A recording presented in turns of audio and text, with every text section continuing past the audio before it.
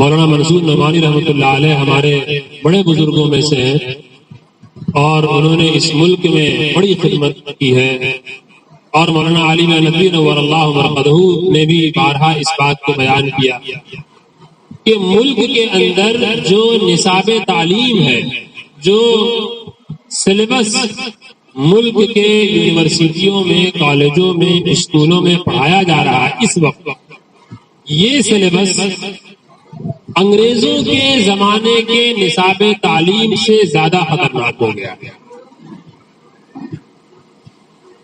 اسی وجہ سے اب یہ کہنا پڑتا ہے کہ اگر اس ملک کے اندر تبدیلی نہیں لائی گئی، ملک کے ماحول میں تبدیلی نہیں لائی گئی، تو ایسا نہ ہو کہ اس ملک کے باشندے اپنے غلامی کے دور کو بہتر تصور کرنے لگیں۔ ایک ایسے ماحول میں دینیات کے مکاتب کے ذریعے بچوں کی دینی تعلیم کا انتظام ہونا، ان کو صحیح دینی تعلیم دی جا رہی ہے، اور دینی تعلیم کے ذریعے انہیں یہ احساس دلایا جا رہا ہے کہ تم اس ملک کے ایک وفادار شہری کیسے بن سکتے ہو، اور اس ملک کے ایک شہری ہونے کے ناطے ہم کہتے ہیں، اور ہمارے اکابر یہ بار بار کہتے ہیں کہ اس ملک کی مثال ایک باغ کی ہے، ایک گلشن کی ہے، اور گلشن کی خوبصورتی یہ ہے کہ اس میں مختلف قسم کے پھول نظر آئے۔ اللہ تبارک و تعالی نے اس ملک میں مسلمانوں کو رہنے کا موقع دیا ہے، مسلمان اس ملک میں اپنی تمام خوبیوں کے ساتھ زندہ رہے۔ ہمیں اس ملک کی اکثریت سے کوئی اختلاف نہیں، پارٹیاں آتی ہیں جاتی ہیں، ملک میں حکومتیں آتی ہیں جاتی رہیں گی، حکومتوں کے آنے اور جانے سے ہمیں کوئی اختلاف نہیں ہے، کوئی بھی حکومت رہے، جو آدمی محنت کرے گا، دنیا کا نظام اللہ نے ہی بنایا ہے کہ دنیا میں آدمی اپنی محنت کے اعتبار سے اپنی منزل پاتا ہے۔ اگر کوئی قوم محنت کر رہی ہے، زمینی طور پر کام کر رہی ہے، اور اس نے لوگوں کے دلوں کو بدلنے کی اس نے کوشش کیا ہے، اسے حق ہے اقتدار حاصل کرنے کا، اسے حق ہے حکومت حاصل کرنے کا، اسے حق ہے حکومت پر بنے رہنے کا۔ ہمیں ان حکومتوں سے کوئی اختلاف نہیں ہے، ہم حکومتوں کے خلاف کوئی تقریر نہیں کرتے ہیں، کوئی بیان نہیں کرتے ہیں، کوئی اسٹیٹمنٹس نہیں دیتے ہیں، ہمیں ان حکومتوں سے کوئی الرجی نہیں ہے، کسی کی بھی حکومت ہو، کسی کا بھی اقتدار ہو۔ ہمیں جو شکوہ ہے وہ اپنے مسلمان بھائیوں سے شکوہ ہے، ہمیں جو شکایت ہے وہ اپنے بھائیوں سے شکایت ہے، اور ہمیں یہ شکایت اپنے بھائیوں سے کرنے کا ہمیں حق ہے۔ اللہ تبارک و تعالی نے آپ کو اس ملک میں آزادی دی ہے، مگر آپ اس آزادی کا فائدہ نہیں اٹھا رہے۔ آپ کو اللہ نے آزادی دی ہے کہ آپ اپنے اسلامی تہذیب کے ساتھ زندہ رہیں، اپنے مذہبی پہچان کے ساتھ زندہ رہیں، اپنی نمازوں کے ساتھ زندہ رہیں، اپنے روزوں کے ساتھ زندہ رہیں، اپنے مسجدوں کے میناروں کے ساتھ زندہ رہیں، اپنے نوافل اور اپنی تسبیحات کے ساتھ زندہ رہیں، اپنے اشراق اور اپنے چاشت کی نمازوں کے ساتھ آپ اس ملک میں زندہ رہ سکتے ہیں۔ کوئی آپ کو منع نہیں کرتا، کوئی آپ کو روکتا نہیں ہے، کوئی آپ کو ٹوکتا نہیں ہے، مگر اس کے باوجود میں آپ سے پوچھوں تو آپ یہ خود بتائیے کہ اس ملک کے کتنے باشندے ایسے ہیں جو شریعت کے مطابق زندگی گزارتے ہیں؟ کتنے لوگ ایسے ہیں جو اپنی بہنوں کو شریعت کے مطابق حصہ دیتے ہیں؟ کتنے لوگ ایسے ہیں جو اپنی شادی اور بیاہ کو اسلامی شریعت کے مطابق کرتے ہیں؟ تقریریں کرنا تو بہت آسان ہے، جلسے کرنا بہت آسان ہے، اصلاح معاشرے کے نام پہ تقریریں ہوتی ہیں، اگر میں آپ سے پوچھوں تو آپ کو جواب دینا ہوگا کہ ہم میں سے کتنے لوگ ایسے ہیں جو سنت اور شریعت کے مطابق زندگی گزارتے ہو؟ کون سی حکومت آپ پہ پابندی لگاتی ہے؟ کس نے آپ پہ پابندی لگائی ہے؟ کس نے آپ کو بے اختیار کیا ہے؟ کسی نے نہیں کیا، لیکن اللہ نے جو آزادی ہمیں دی ہے، اس آزادی کا ہم نے خود فائدہ نہیں اٹھایا۔ اور میں اپنے بڑوں کی زبان سے استعار لے کر اگر یہ بات کہوں تو مجھے یہ کہنے کا اختیار ہے کہ دیکھیے، اللہ کی طرف سے جب آزادی ملتی ہے اور اس آزادی کا انسان فائدہ نہیں اٹھاتا ہے، اللہ کی طرف سے وہ آزادی بھی چھین لی جاتی ہے۔ اللہ نہ کرے، مبادا کہ ایسا نہ ہو، کہیں ایسا نہ ہو کہ آج جو ہمیں مذہبی آزادی ملی ہوئی ہے، آج حکومتوں کی طرف سے نماز پڑھنے پر کوئی پابندی نہیں ہے، کوئی پابندی نہیں ہے۔ کون سی حکومت نے آپ پہ پابندی لگائی ہے کہ آپ نماز نہ پڑھیں؟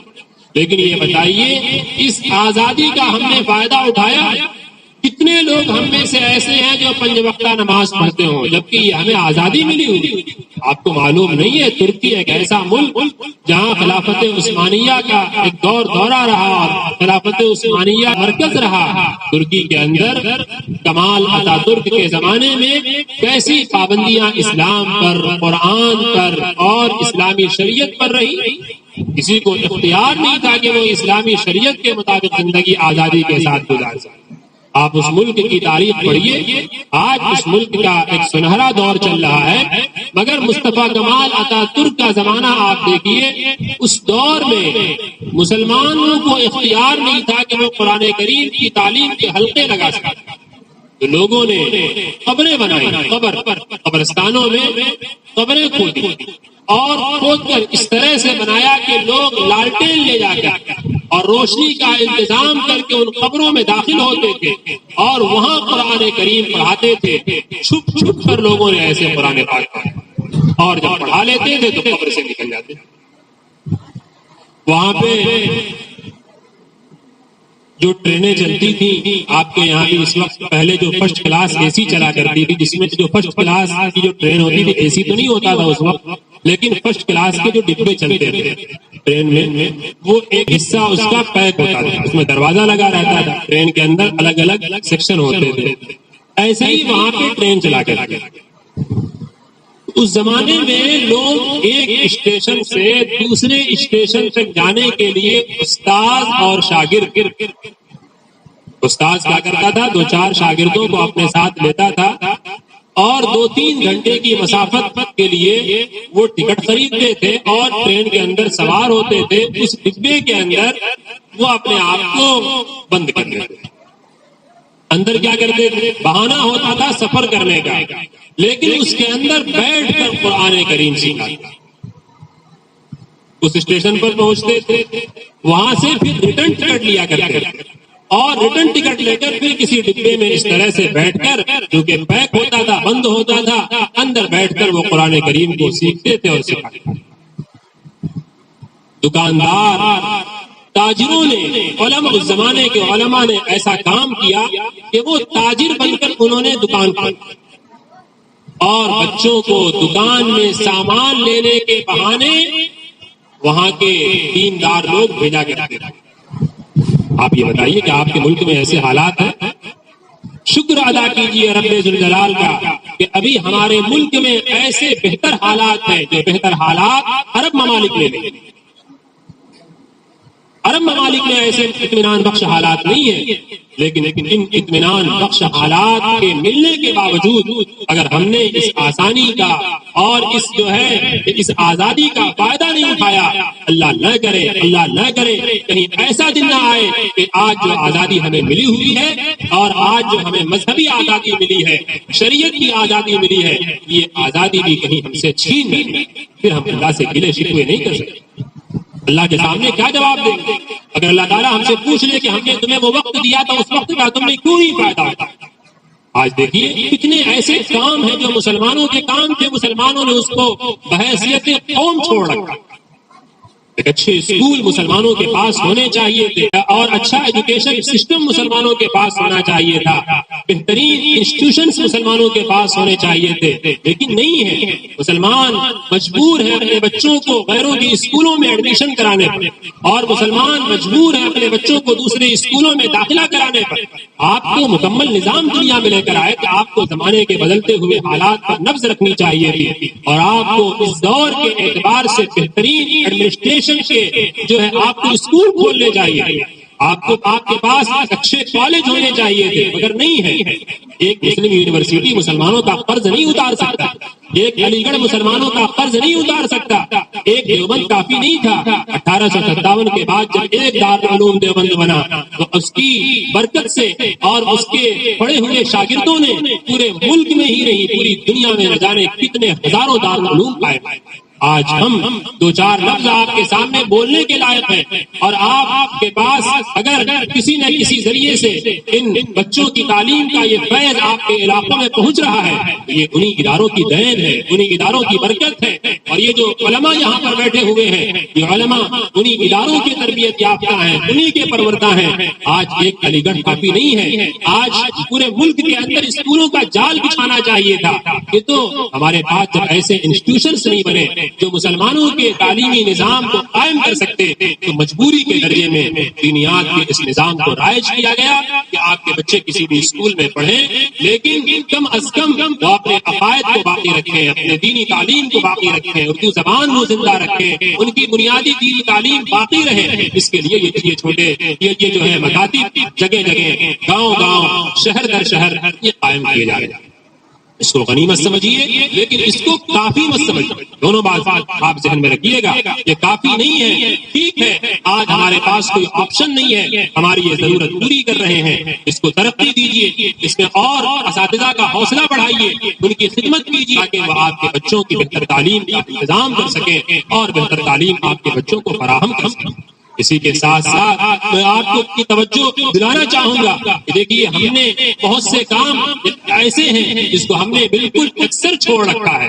مسلمان دنیا کے لیے ایک خادم قوم ہے، مسلمانوں نے دنیا کو دینا سکھایا ہے، مسلمان دنیا سے لینے والے نہیں تھے، انہوں نے دنیا کی ہر قوم کو دیا ہے، انہوں نے دنیا کو تہذیب دیا، دنیا کو عزت دی، دنیا کو سرخروئی دی، دنیا کو ٹیکنالوجی دیا، دنیا کو سائنس دیا، دنیا کو تہذیب دی، دنیا کو جینے کا سلیقہ دنیا کو دیا۔ یہ سب کچھ مسلمانوں کا دیا ہوا ہے۔ الگ بات ہے کہ ہم اپنی بدعمالی کی وجہ سے آج اس درجے پر ہیں کہ ہم دنیا سے لینے پر مجبور ہیں۔ ایک دور تھا، اور ایک دور نہیں، مسلمانوں نے صدیوں اس ملک میں ہی نہیں اور بلکہ پوری دنیا میں ایسا دور گزارا ہے کہ پوری دنیا ان سے لینے والی تھی اور وہ دنیا کو دینے والے تھے۔ آج مسلمانوں کی حیثیت خدمت کے اعتبار سے جاننی چاہیے تھی، وہ حیثیت مسلمانوں نے گنوا دیا ہے۔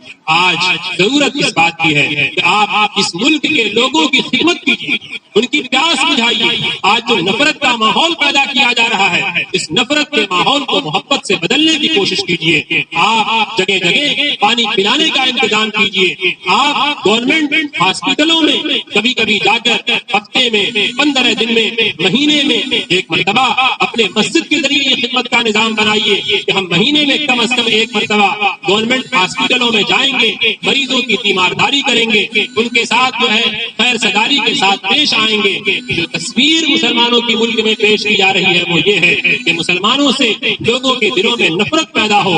آپ نفرت کا جواب نفرت سے نہیں دے سکتے، آگ کو آگ سے نہیں بجھایا جا سکتا، آگ کو بجھانے کے لیے پانی کی ضرورت ہے، نفرت کو ختم کرنے کے لیے محبت کی ضرورت ہے۔ یہ کام بھی آپ ہی کو کرنا ہوگا۔ اس کام کے کرنے کے لیے کوئی دوسری قوم نہیں آئے گی، فرشتے آسمانوں سے نہیں اتریں گے، یہ کام آپ ہی کو کرنا ہے۔ اس لیے بڑی ذمہ داری کا کام ہے۔ مسلمانوں کو یہ سوچنا چاہیے کہ ہماری حیثیت دنیا میں قائد قوم کی ہے، ہم ہی دنیا سے نفرت کو ختم کر سکتے ہیں، ہم ہی دنیا میں امن کو قائم کر سکتے ہیں، ہم ہی پیاسی قوم کی پیاس کو بجھا سکتے ہیں۔ آپ یہ تصور کیجئے اور یقین کیجئے کہ پوری دنیا اس وقت پیاسی ہے، اور اگر اس پیاسی دنیا کو کوئی اس پیاسی دنیا کی پیاس کو کوئی بجھا سکتا ہے تو مسلمان اپنے اسباب کی کمی کے باوجود، اپنے اعمال کی کمزوری کے باوجود، اپنے ایمان و یقین کی کمزوری کے باوجود آج بھی اللہ نے یہ ہمت اور یہ صفت اور یہ خوبی مسلمانوں ہی کو دی۔ لہذا مایوسی سے نکلیے اور ہمت پیدا کیجیے اور حوصلے پیدا کیجیے اور اپنے بچوں کے اس بنیادی دینی تعلیم کی قدر کیجیے، اور اس پیاسی قوم کو جو اکثریت میں ہے اس کی پیاس کو بجھانے کی کوشش کیجیے۔ اللہ پاک مجھے بھی اور آپ کو بھی عمل کی توفیق